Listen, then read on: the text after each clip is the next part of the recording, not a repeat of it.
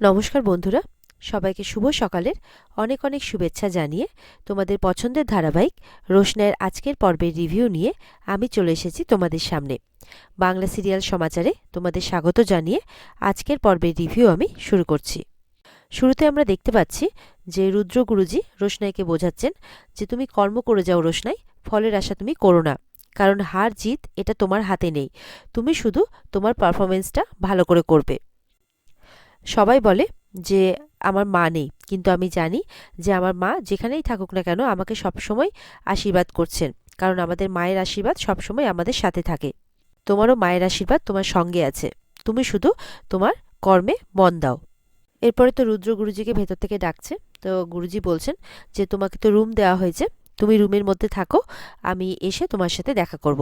আর যখন তোমাকে স্টেজে ডাকা হবে তখন কিন্তু স্টেজে তুমি একেবারে আগুন ধরিয়ে দেবে। আমার পুরো বিশ্বাস আছে যে তুমি আজকে ঠিক কোয়ালিফাই করবে, মা সরস্বতীর আশীর্বাদ তোমার সাথে আছে। এরপরে গুরুজি রোশনাইকে আশীর্বাদ করে অল দ্য বেস্ট জানায় আর গুরুজি স্টেজে চলে যান।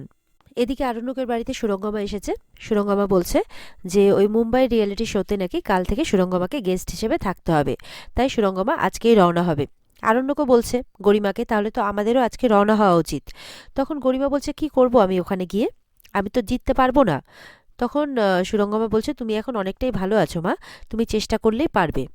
তখন সুরঙ্গমাকে আরণ্যকের বাড়ি থেকে বলছে যে আপনি গেস্ট হিসেবে থাকছেন না। বলছে যে আমি অন্য প্রোগ্রাম হলে হয়তো গেস্ট হিসেবে থাকতাম, কিন্তু যেহেতু এখানে আমার মেয়ে পারফর্ম করবে সেহেতু আমি এখানে গেস্ট হিসেবে জাজ হিসেবে থাকতে পারবো না, তাই আমাকে এখানে গেস্ট হিসেবেই ডাকা হচ্ছে। এদিকে তো রঞ্জন গুরুজি প্রোডাকশন হাউসের লোকদের সাথে কথা বলছেন যে আচ্ছা ওই রোশনাই বলে যে মেয়েটি, কই আপনারা কোনো কিছু তো বললেন না, কিছু তো করলেন না। বলে কি করব বলুন তো। ওদিকে রুদ্রপ্রতাপজি তো উনি তো সবসময় রোশনাইকে যেন ঘিরে রয়েছেন। তখন রঞ্জন গুরুজি বলছেন হ্যাঁ, কি যে উদ্দেশ্য, কি যে মতলব আছে এদের, কিছু তো বুঝেই উঠতে পারছি না।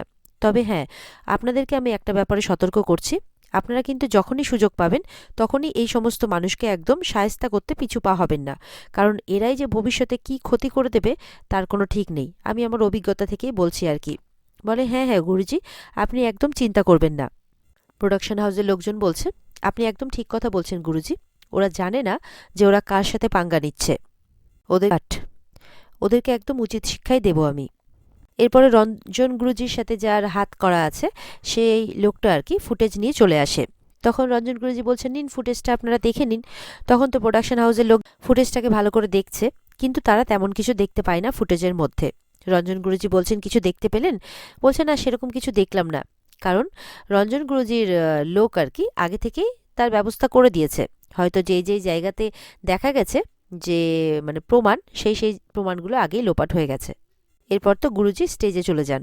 এদিকে তো আরণ্যকের বাড়িতে গরিমাকে যখন এই বাড়ির বউ বলা হচ্ছে, গরিমা তো বলছে যে আমি এই বাড়ির বউ হলাম কি করে, আমাদের তো বিয়েটাই হয়নি।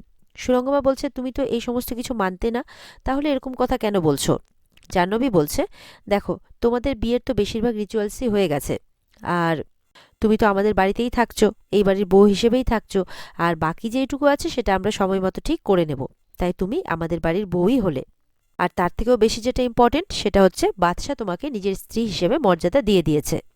আরণ্যক বলছে গরিমা আমাদের হাতে কিন্তু বেশি সময় নেই, তোমাকে এখন থেকেই গোছগাছ শুরু করে দিতে হবে।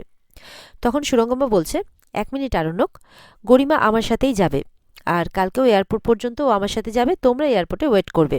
তখন আরণ্যক বলছে আপনি পারবেন তো সবটা সামলাতে, মানে ওকে খাইয়ে দেওয়া থেকে শুরু করে সবটাই কিন্তু করে দিতে হয়, ও নিজের ইচ্ছেই, মানে ওর কোনো কিছু করারই ইচ্ছে নেই আর কি। তখন সুরঙ্গমা বলছে তুমি কি বলতে চাইছো, আমার থেকে বেশি টেক কেয়ার অন্য কেউ ওর করতে পারবে? এদিকে তো রোশনাই নিজের নাচটা প্র্যাকটিস করছে আর কি, টুকটাক জিনিস দেখে নিচ্ছে। তখন ওদিক থেকে আদিত্য কাপুর ফোনে কথা বলতে বলতে আসছে। রোশনাইকে দেখে রোশনাইয়ের সাথে কথা বলতে আসে আদিত্য। বলে যে কালকে আমি তোমার সাথে কথা বলতাম, কিন্তু তুমি দেখলাম চলে গেলে রুদ্রর গাড়িতে উঠে। তখন রোশনাই বলছে হ্যাঁ। আদিত্য কাপুর বলছে আমি ভেবেছিলাম দেখা করবে, তো আমার একটু খারাপ লেগেছিল। রোশনাই বলছে আসলে রুদ্র গুরুজির একটু তাড়া ছিল তো, তাই আমাকে চলে যেতে হয়েছিল। তখন আদিত্য কাপুর বলছে ও আচ্ছা। বলছে যে বাই দ্য ওয়ে তুমি এখন কোথায় থাকছো? রোশনাই বলছে আমি এখানে একজন পরিচিত মানুষের বাড়িতেই থাকি। এরপরে তো রোশনাই ধন্যবাদ জানাচ্ছে আদিত্যকে যে কালকে আপনি আমার জন্য যা কিছু করেছেন। তখন আদিত্য বলছে তোমাকে আমি বলেছি না তুমি আমাকে আদিত্য বলে ডাকবে, স্যার কেন বলছো? বলে রোশনাই বলছে যে আমার অতটা স্পর্ধাই নেই স্যার যে আপনার মতো এত বড় শিল্পীকে আমি নাম ধরে ডাকবো। বলছে আপনি আমাকে দয়া করেছেন সেই জন্যই আমি আজকে এখানে আর কি। তখন আদিত্য বলছে দেখো রোশনাই, তুমিও একজন শিল্পী, আমিও একজন শিল্পী। একজন শিল্পী আরেকজন শিল্পীকে সাহায্য করবে না তো কে করবে? রোশনাই বলছে হ্যাঁ স্যার, কিন্তু আপনি সত্যিই আমাকে দয়া করেছেন। আদিত্য বলছে দেখো রোশনাই, তোমার মনে আছে আমি তোমাকে বলেছিলাম যে তুমি খুব ট্যালেন্টেড একজন বড় মাপের শিল্পী, আর মুম্বাইয়ে আমি তোমাকে একটা বড় ফিল্মে চান্স করিয়ে দেবো বলেছিলাম তো। এবার কিন্তু আমি বিষয়টাকে সিরিয়াসলি ভাবছি, কারণ তুমি মুম্বাইতে চলে এসেছো আর এটা খুব তাড়াতাড়ি হবে। আমি জাস্ট দেখতে পাচ্ছি চোখের সামনে যে আদিত্য কাপুর উইথ রোশনাই, বিগ বাজেট ফিল্ম, ওয়াও। এইভাবে বলছে আর কি আদিত্য কাপুর। রোশনাই বলছে না না স্যার, আমার ক্ষমতা বা সাহস কোনোটাই এত বেশি নয় যে আমি আপনার মতো এত উঁচু মানের শিল্পীর সাথে অভিনয় করব, মানে ফিল্মে অভিনয় করতে পারি, আমি পারবো না স্যার। আদিত্য বলছে ঠিক আছে, তুমি আগে তোমার এই নাচের প্রোগ্রামটা কমপ্লিট করো, তারপরে আমি একজন বড় প্রডিউসারের সাথে তোমার মিটিং করিয়ে দেব।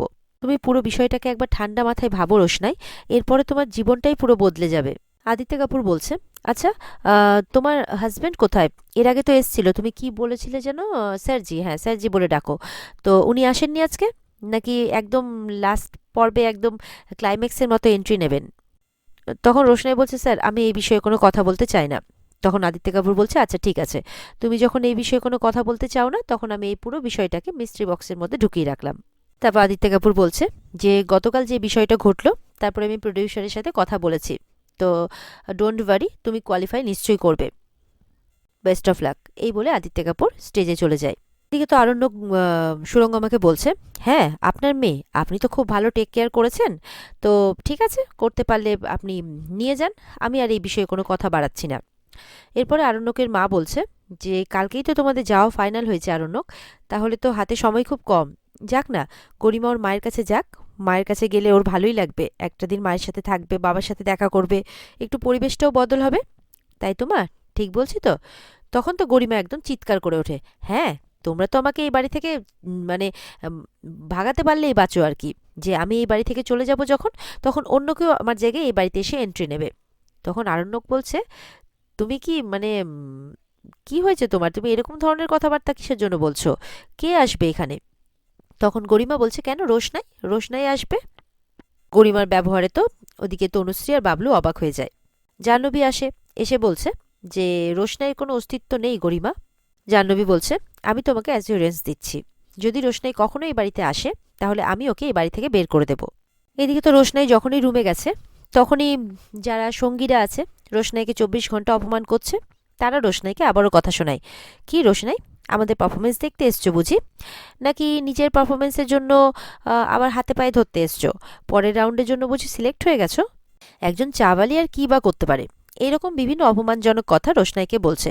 রোশনাই বলছে আমি এলেই বাকি না এলেই বাকি, তোমাদের কি এসে যায় তাতে? তখন তো আরেকটা মেয়ে রেগে যায়।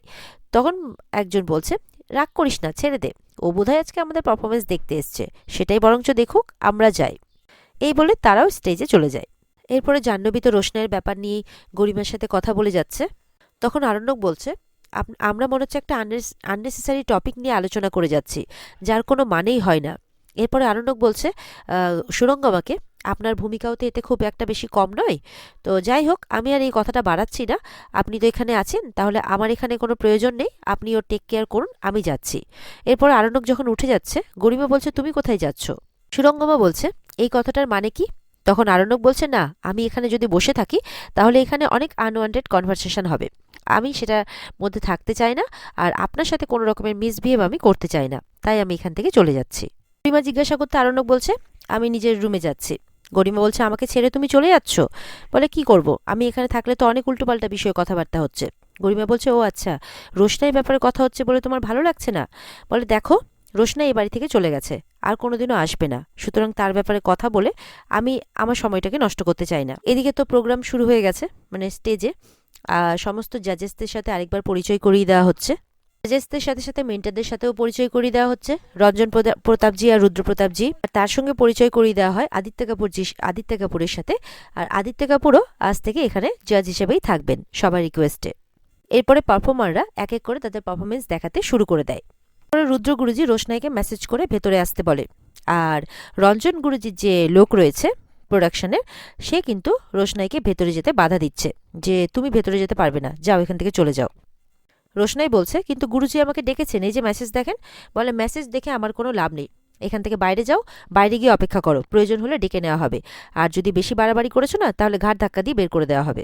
রোশনাই অনেকবার বললেও রোশনাইয়ের কথা শোনা হয় না, রোশনাইকে এখান থেকে যেতে বলা হচ্ছে। আর এখানেই আজকের পর্ব শেষ হয়ে যায়।